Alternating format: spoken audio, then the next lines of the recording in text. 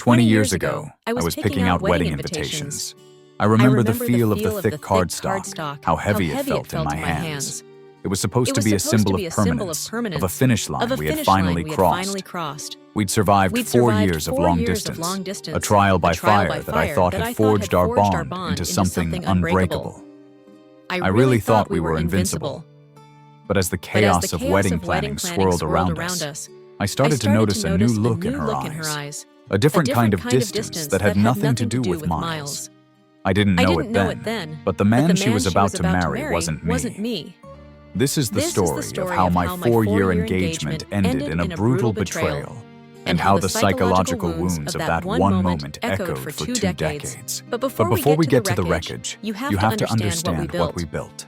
Before the lies, there was a love story that felt like it was straight out of a movie. We met in our early 20s, young and full of that naive certainty that we had found our one and only. The problem? Our lives were on two completely different tracks. I had a job offer I couldn't refuse 1,000 miles away, and she was rooted in her hometown, finishing her degree. So, we made a pact. We'd do the impossible, a long-distance engagement. For 4 years, our entire relationship existed through phone lines and grainy video calls.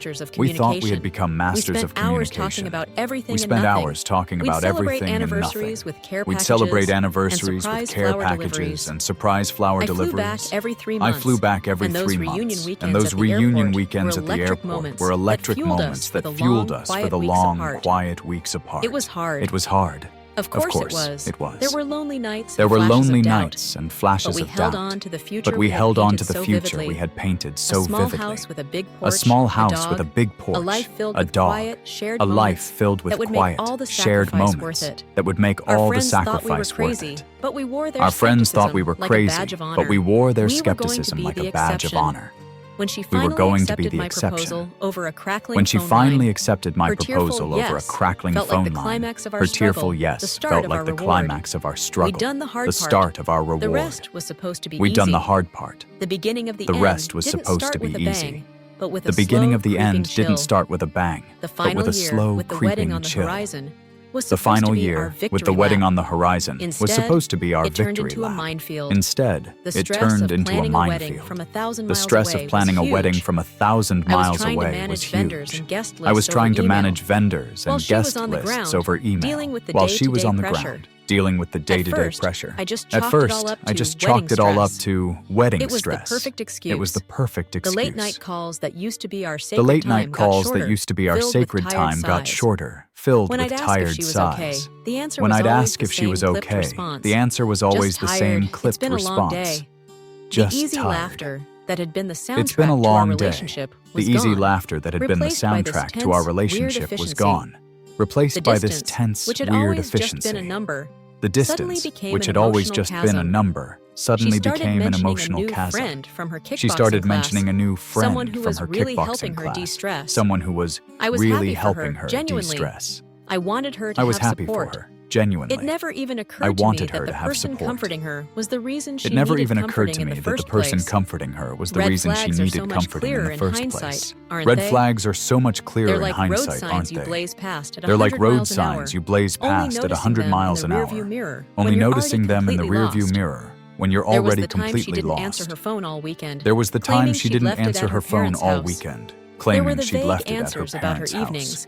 There were the vague answers about her evenings, the just out with friends that lacked any of the usual detail.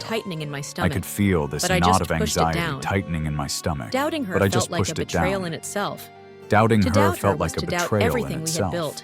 To doubt her was to doubt everything we had built, and I wasn't ready to do that. I trusted her, and that was my biggest mistake. The discovery wasn't some dramatic, movie-like moment. It was a slow, torturous unraveling. I flew home for a weekend, hoping a face-to-face planning session would fix whatever was pulling us apart. But the air in our apartment felt heavy and strange. She was jumpy, guarding her phone like it was a state secret. The moment it all shattered, it burned into my memory.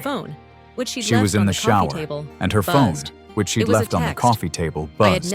It was a text. I had never been a snooper. The thought hadn't crossed my mind in 4 years.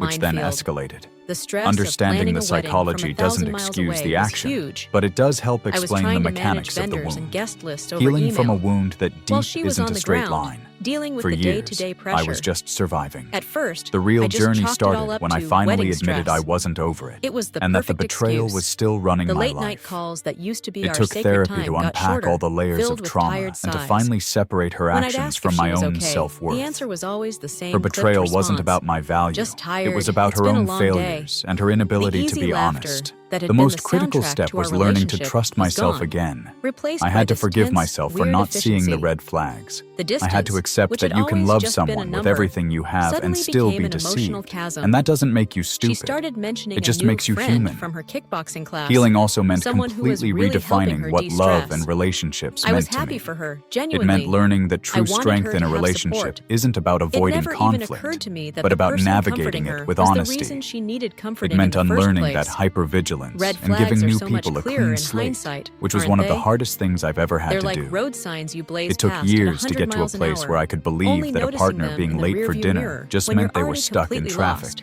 and nothing more. There was the time she didn't answer Over her 2 phone all decades, weekend, the sharp, claiming she'd left stabbing it at her pain of the parents' house. betrayal slowly There were the faded. vague answers about her First, evenings, to a dull ache, the just out and then, with friends finally, that lacked to a any of the scar. usual detail. It's a part of my I story, could feel this knot of a anxiety reminder of a tightening in my profound stomach, loss, but I it just no longer pushed it defines down. my present or my Doubting future. her felt like That a betrayal betrayal in nearly itself. broke me. To doubt her was For a to long doubt time, everything we had built, it felt like a life and I wasn't sentence of ready to do mistrust that. and anxiety. I trusted her. But it also And taught that was me my a biggest powerful mistake. lesson about my own The discovery resilience. wasn't some dramatic, You can be movie-like shattered moment. and still find a It way was to a put slow, yourself back torturous together. unraveling. The person I who flew home emerges for a weekend, isn't the same hoping a naive, face-to-face unbroken planning person session they were would fix before. whatever was pulling You're us different. apart.